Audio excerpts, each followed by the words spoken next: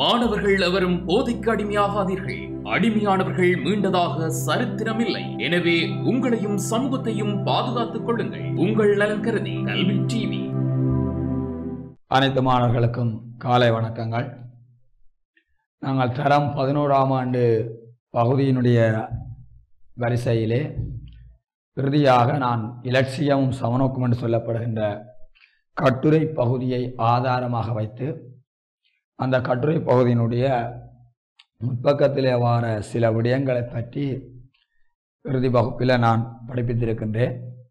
இன்றைய இந்த வகுப்பில் ஆனால் அதற்கு பின்னராக வருகின்ற விடயங்களை பற்றிய ஆராய்வாக இந்த வகுப்பு காணப்படும்.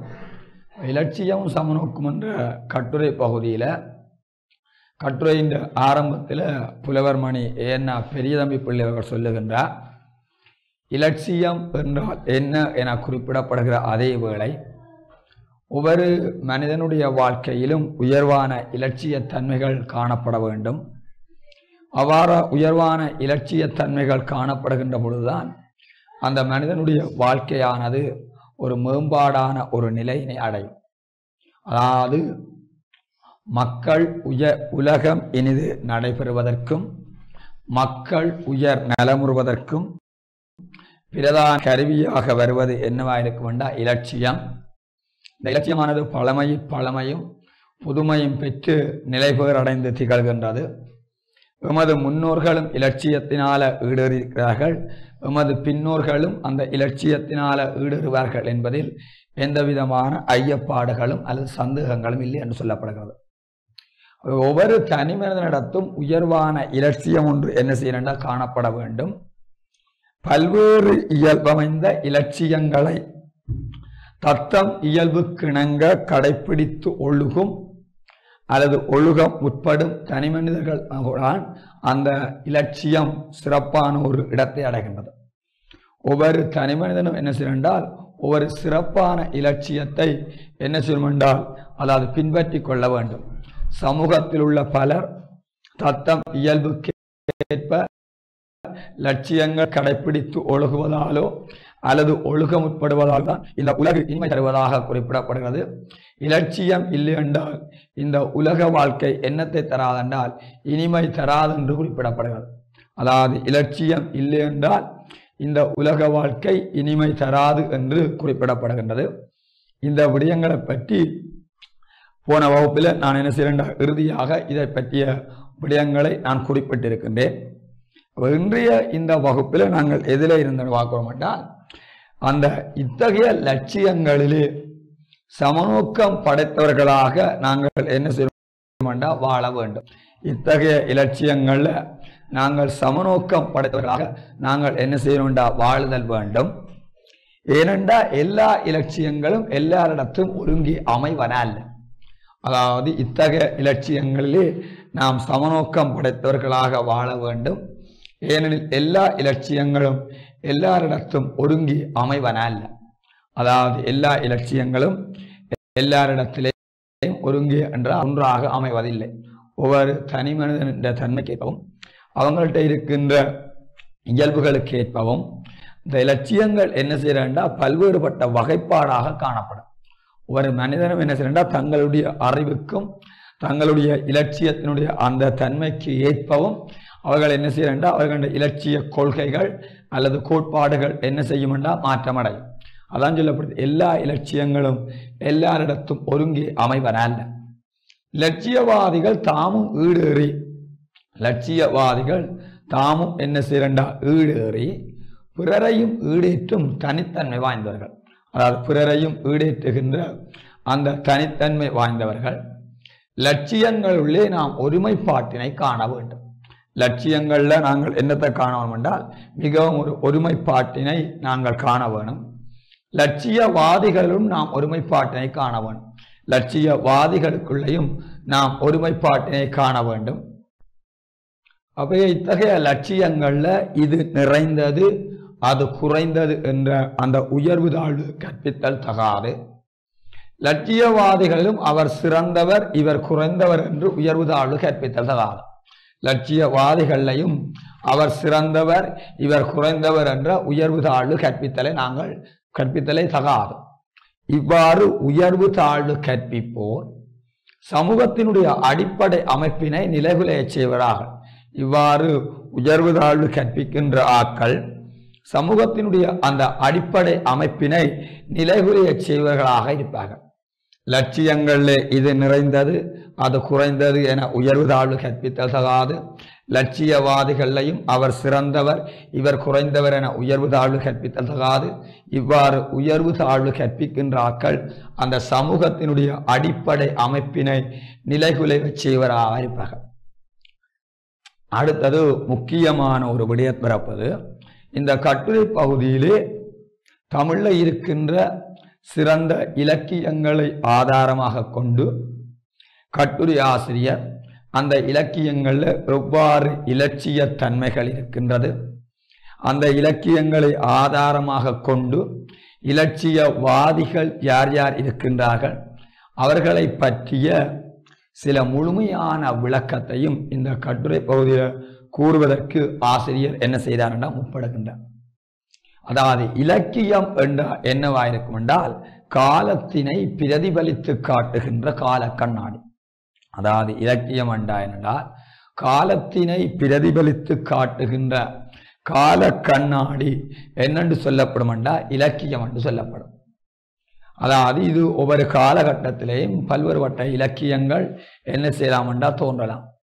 அதாவது நாங்கள் தமிழ் இலக்கிய வரலாற்றை அவதானிக்கிற பொழுது சங்க காலம், சங்கம் மருவிய காலம், பல்லவர் காலம், சோழர் காலம், விஜயநகர நாயக்க காலம், ஐரோப்பியர் காலம் என்று பல்வேறுபட்ட காலங்கள் இருக்கின்றது. அந்த ஒவ்வொரு காலகட்டங்களிலையும் சிறந்த இலக்கியங்கள் நாங்கள் என்ன செய்யலாம் என்றால் தோன்றியிருப்பதை பார்க்கலாம். நாங்கள் இலக்கியம் என்பது காலத்தினை பிரதிபலித்து காட்டுகின்ற ஒரு கால கண்ணாடியாக கருதப்படும். அதாவது காலத்தினை பிரதிபலித்து காட்டுகின்ற கால கண்ணாடி என்னவா இருக்கும் என்றால் இலக்கியம்.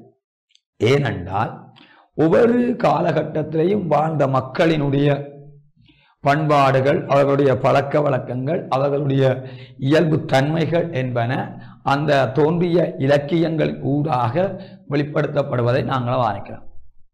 உதாரணத்து சங்கம் மருவிய காலத்தை நாங்கள் அவதானிக்கின்ற பொழுது சங்கம் மருவிய காலத்தில் இரண்டு இரட்டை காப்பியங்கள் தோற்றம் பெற்றிருக்கிறது. ஒன்று சிலப்பதிகாரம், மற்றது மணிமேகலை என்று சொல்லப்படுகின்ற இரண்டு காப்பியங்களும் சங்கம் மருவிய காலத்தில் தோற்றம் பெற்றதாக குறிப்பிடப்படுகிறது. ஒன்று எதாயிருக்கும் என்றால் அதாவது சிலப்பதிகாரம், மணிமேகலை என்று சொல்லப்படுகின்ற இரண்டு இலக்கியங்கள், சொல்வது இரட்டை காப்பியங்கள். அந்த இரட்டை காப்பியங்கள் சங்கம் மருவிய காலத்தில் தோற்றம் பெற்றதாக குறிப்பிடப்படுகிறது.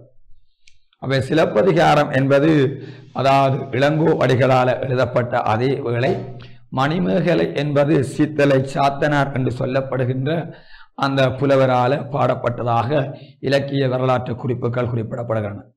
அவை நாங்கள் இலக்கியம், பல இலக்கியத்தை நாங்கள் என்ன செய்கிறோம் என்றால் படிக்கின்றோம். நாங்கள் இலக்கியங்களை படிக்கிறோம், அங்கே என்ன காண்கிறோம்? இலட்சியங்களை காண்கின்றோம். இலட்சியங்களை கடைப்பிடித்து ஒழுகிய இலட்சியவாதிகளையும் நாங்கள் பார்க்கிறோம். இலட்சியங்களை கடைப்பிடித்து ஒழுகிய அந்த இலட்சியவாதிகள், அதாவது இலட்சியத்திற்காக தங்களை அர்ப்பணம் செய்திருக்கிற அந்த இலட்சியவாதிகளையும் நாங்கள் என்ன செய்யறோம்னா பார்க்கிறோம். அதாவது இலக்கியங்களை படிக்கின்றோம், அங்கே இலக்கியங்களில் என்ன காண்கின்றோம்? இலட்சியங்களை கடைப்பிடித்தொழுகிய இலட்சியவாதிகளை பார்க்கிறோம். எதிர்மறை முகத்தால இலட்சிய வாழ்வினை உயிர் பெறச் செய்த ஏனையோரை நாங்கள் பார்க்கிறோம். அதாவது அந்த இலட்சிய வாழ்வை உயிர் பெறச் செய்த ஏனைய கதாபாத்திரங்களை நாங்கள் அங்கே காண்கிறோம். நிறைவை உடைய கதாபாத்திரங்களும் குறைவை உடைய கதாபாத்திரங்களும் நம்மை இலட்சியம் என்கின்ற குறிக்கோளை நோக்கி செலுத்துவதை நாங்கள் இலக்கியங்கள் வாயிலாக உணர்ந்து கொள்கிறோம். அதாவது என்ன சொல்லப்படுது என்றால் நிறைவை உடைய கதாபாத்திரங்களும் குறைவை உடைய கதாபாத்திரங்களும் நம்மை இலட்சியம் என்கின்ற குறிக்கோளை நோக்கி செலுத்துவதை நாங்கள் இலக்கியங்கள் வாயிலாக உணர்ந்து கொள்கிறோம்.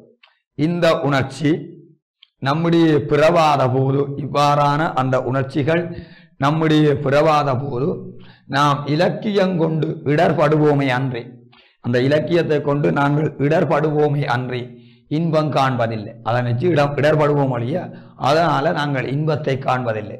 இலக்கிய திறவுகோலை நாம் பெறுதல் வேண்டும், பெற்றால் இன்பம் காணும். அவ்வாறு நாங்கள் இலக்கிய திறவுகோலை பெற்றுக்கொள்ள வேண்டும், அவ்வாறு நாங்கள் பெற்றுக்கொண்டால் இன்பம் காணலாம் என்று சொல்லப்படுகிறது. அதாவது இலக்கியங்களை படிக்கிறோம், அங்கே இலக்கியங்களில் என்ன காண்கின்றோம், இலட்சியங்களை கடைப்பிடித்தொழுகிய இலட்சியவாதிகளை பார்க்கிறோம், எதிர்மறை முகத்தால் இலட்சியத்தை உயிர் பெறச் செய்த ஏனையோரையும் நாங்கள் பார்க்கின்றோம். அடுத்தது சொல்லப்படுது நிறைவை உடைய கதாபாத்திரங்களும் குறைவை உடைய கதாபாத்திரங்களும் நம்மை இலட்சியம் என்கின்ற குறிக்கோளை நோக்கி செலுத்துவதை இலக்கியங்கள் வாயிலாக உணர்ந்து கொள்ளுகிறோம்.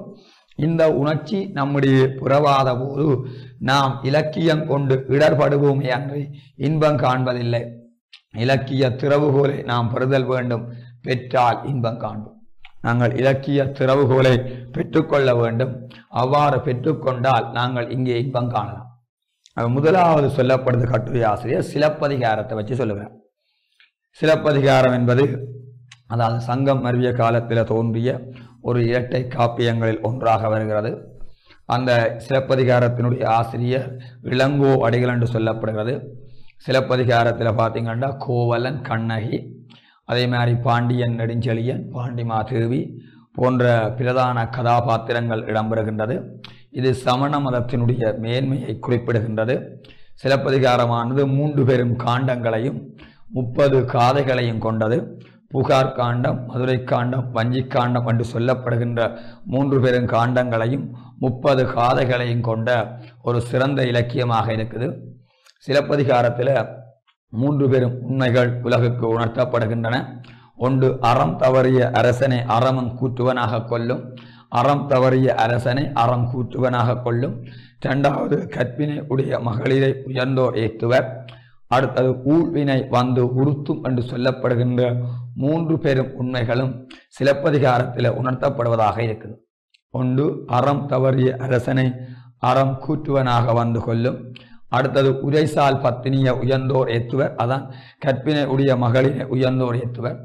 அடுத்தது, ஊழ்வினை வந்து உறுத்தும் என்றா ஒருவர் முற்பிறப்பில் செய்த வினை பயன் அவரை வந்து உறுத்தும் அல்லது துன்பத்தை ஏற்படுத்தும் அல்லது வருத்தும் என்ற அர்த்தத்தை குறிக்கிறது.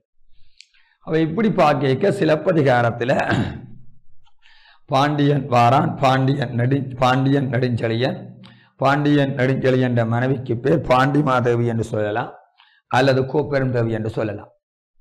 அவை சிலப்பதிகாரத்தில் ஒரு சிறந்த காட்சி எங்களோட அகக்கண்ணுக்கு என்ன செய்யறா தோன்றுகிறது. அகக்கண்ணண்டா என்ன குறிக்கிறா, மனதிலே ஒரு சிறந்த காட்சி வருகிறது. இதில் பார்த்தீங்களென்றால் ஒன்று இளங்கோவடிகள், அடுத்தது சேரன் செங்கொட்டுவன். இவங்க 2 பேரும் என்னவா இருக்கின்றால் அதாவது சகோதரர்களாக இருக்கின்றனர். அன்று இளங்கோவடிகள், அடுத்தது சேரன் செங்குட்டுவன் என்று சொல்லப்படுகிற ஆக்கள் 2 பேரும் என்னவா இருக்கின்றால் அதாவது 2 பேருமே என்னவாக இருக்கின்றால் 2 பேருமே அதாவது உடன்பிறப்புகளாக காணப்படுகின்றார்கள். அவை சேர நாட்டிலே பேரியாற்றங்கரையின் இனிய அடைமணப்பரப்பின் மீது, சேர நாட்டிலே பேரியாற்றங்கரையின் இனிய அடைமணப்பரப்பின் மீது சேரன் செங்குட்டுவன் தன் அன்புக்குரிய தேவி வேண்மாளோட வீட்டிருக்கின்றான். அதாவது சேரன் செங்குட்டுவன் யாரென்றால் சேரன் செங்குட்டுவன் இளங்கோவடிகளினுடைய ஒரு உடன்பிறப்பு.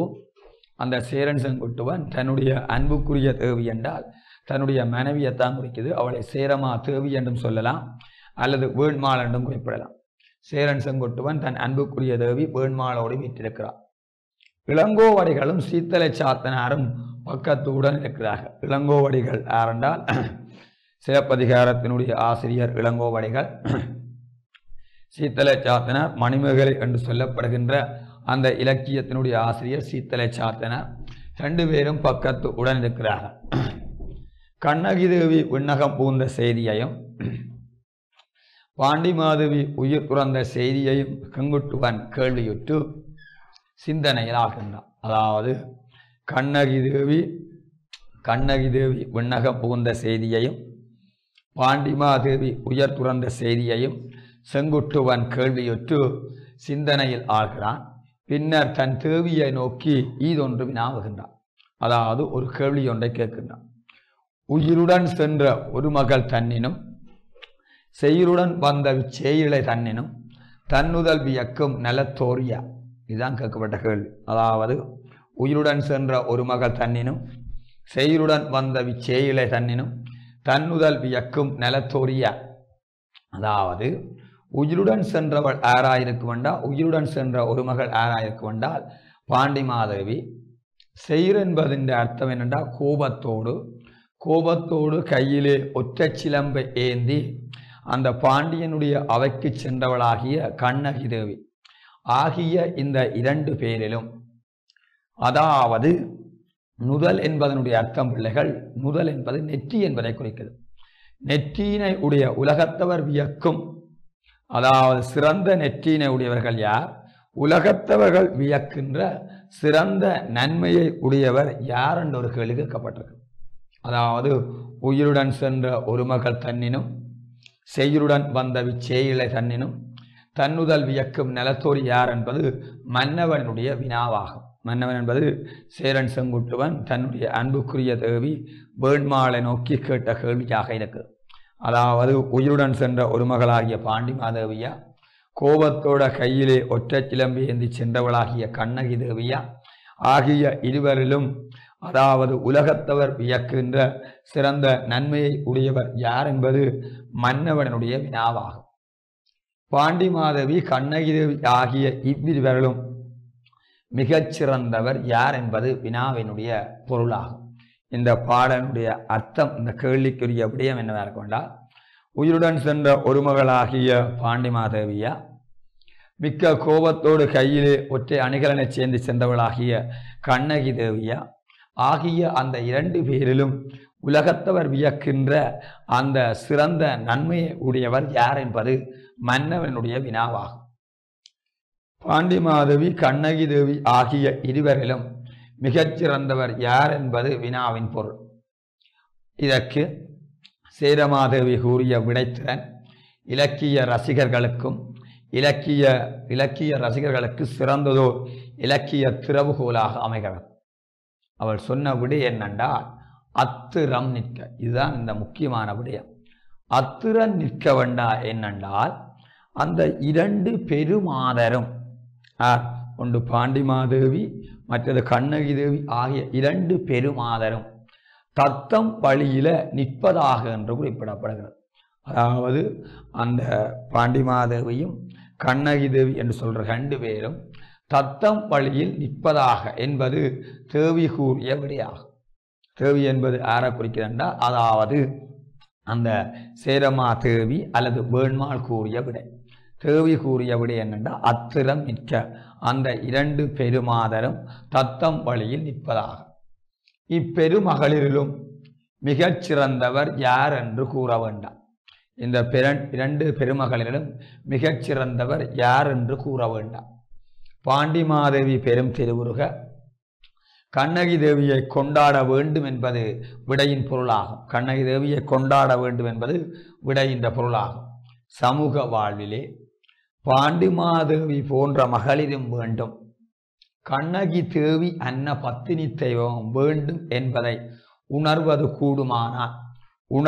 கூடுமானால் இவ்விரு பெருமாதரன் லட்சியங்களை நாம் கண்டறிதல் கூடுமானால், இந்த இரண்டு பெருமாதர் என்று சொல்லப்படுகின்ற பாண்டிமாதேவியதும் கண்ணகி தேவியதும் லட்சியங்களை கண்டறிதல் கூடுமானால் இலக்கிய இன்பம் நமக்கு சித்திக்கும் அண்டா என்னண்டா கைகூடும்.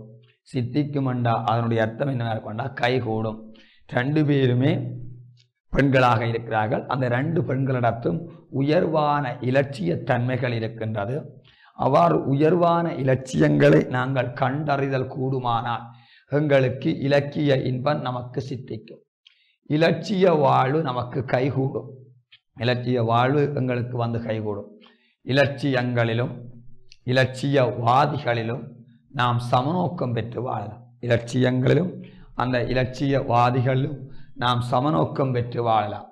இலக்கிய ரசிகர்களுக்கும் இலக்கிய விமர்சகர்களுக்கும் சேரமா தேவி கூறிய அத்திரம் நிற்க என்னும் இலக்கிய மகா வாக்கியம் சாந்தி அளிப்பதாகும். அந்த இலக்கிய மகா வாக்கியம் அவள் கூறிய அந்த விடை, இலக்கிய அந்த விடை ஒரு சாந்தி அளிப்பதாக என்றால் மனதிலே ஒரு அமைதியை உண்டாக்குவதாகும்.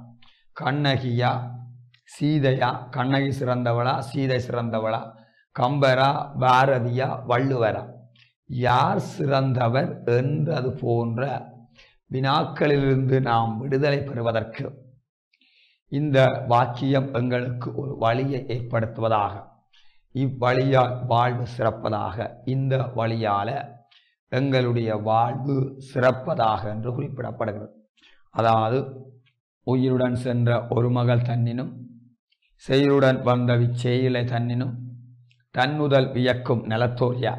அதாவது உயிருடன் சென்றவளாகிய அதாவது பாண்டிமாதேவியா, கோபத்தோட கையிலே அணிகலனை ஏந்தி சென்றவளாகிய கண்ணகி தேவியா ஆகிய இருவரிலும் உலகத்தவர் வியக்கின்ற சிறந்த நன்மையை உடையவர் யார் என்பது அந்த வினாவினுடைய கேள்வியாக இருக்கு, அந்த வினாவினுடைய பொருளாக இருக்கும்.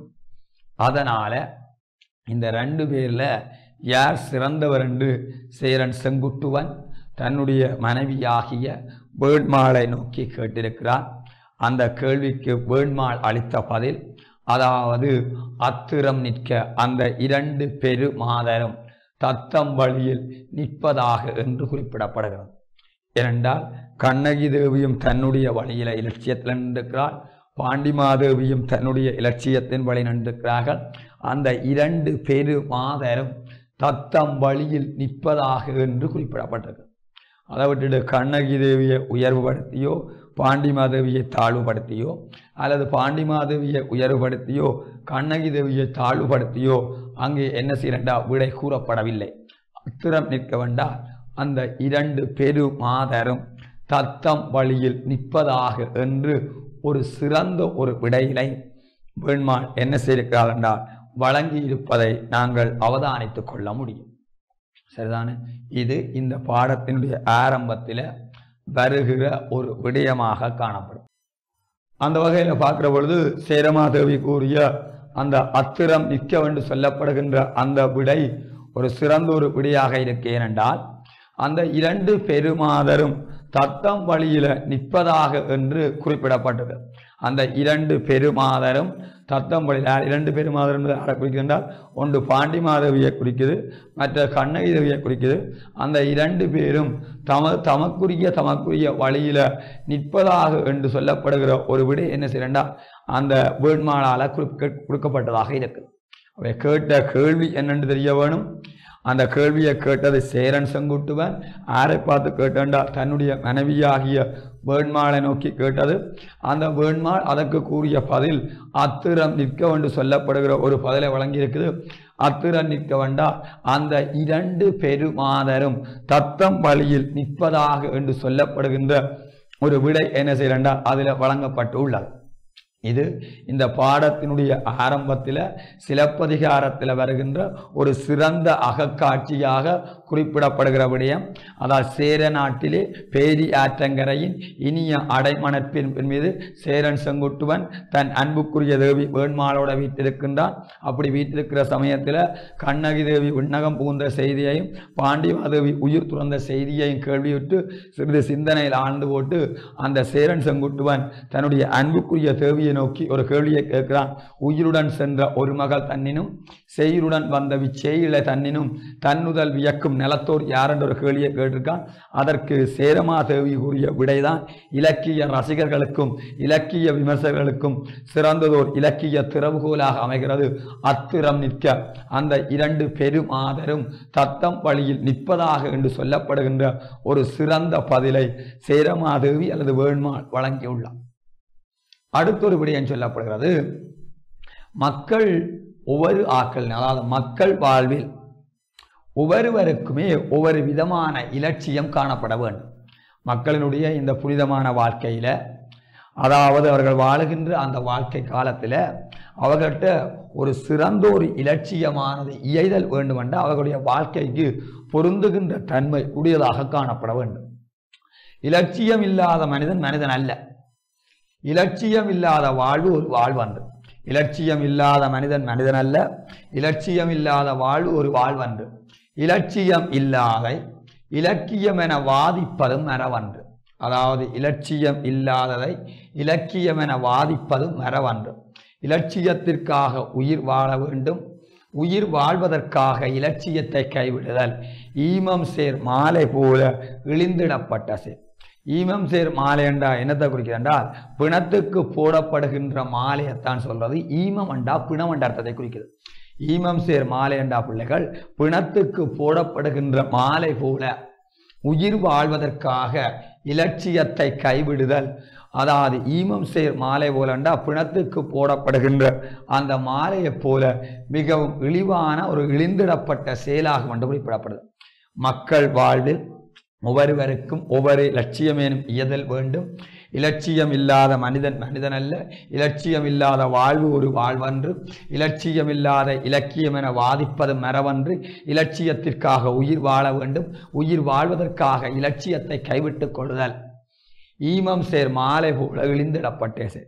இதில் கையாளப்பட்ட அணிச்சிறப்பு விளங்க வேணும். உவமை அணிச்சிறப்பு போல வண்டு ஒரு உரைநடை பகுதியில் அல்லது ஒரு செய்யுட் பகுதியில் வருமென்றால் அதில் இருக்கிற அணிச்சிறப்பு என்னவா இருக்குமென்றால் உவமை அணிச்சிறப்பு. ஈமம் சேர் மாலை போலென்றால் பிணத்திற்கு போடப்படுகின்ற அந்த மாலையை போல மிகவும் ஒரு இழிந்திடப்பட்ட செயலாகும் என்று சொல்லப்படுகிறது. இதில் உவமானம் ஈமம் சேர் மாலை, உவமேயம் உயிர் வாழ்வதற்காக இலட்சியத்தை கைவிடுதல், பொதுத்தன்மை இழிந்து இடப்பட்ட செயலாக இருக்கும். உவமை ஒரு என்னவா இருக்கும் என்றால் பூலவென்று சொல்லப்படுகிறது. இது இந்த கட்டுரை பகுதியிலே அதாவது மக்கள் ஒவ்வொருவருக்கும் ஒவ்வொரு இலட்சியமேனும் இயதல் வேண்டும். இலட்சியம் இல்லாத மனிதன் மனிதன் அல்ல. இலட்சியம் இல்லாத வாழ்வு ஒரு வாழ்வன்று. உயிர் வாழ்வதற்காக இலட்சியத்தை கைவிடுதல். ஈமம் சேர் மாலை போல இழிந்திடப்பட்ட செயல், பிணத்துக்கு போடப்படுகின்ற மாலை போல மிகவும் இழிந்திடப்பட்ட செயலாகும் என்று இந்த கட்டுரையினுடைய அடுத்தொரு விடயமாக உவமையணியினூடாக குறிப்பிடப்படுகின்ற கருத்தாக இருக்கிறது. அப்ப இவ்வளவு பகுதியோடு இன்றைக்கு இந்த வகுப்பினை பூர்த்தி செய்து கொள்ளுகிறேன். மீண்டும் அடுத்த வகுப்பில் சந்தித்துக் கொள்ளலாம் என கூறி உங்களிடமிருந்து விடைபெற்றுக் கொள்ளுகின்றேன். நன்றி, வணக்கம். கல்வி டிவியில் புத்தம்புது நிகழ்ச்சிகளை உடனுக்குடன் பார்த்து மகிழ எமது Facebook மற்றும் YouTube பக்கத்தை லைக் செய்யுங்கள்.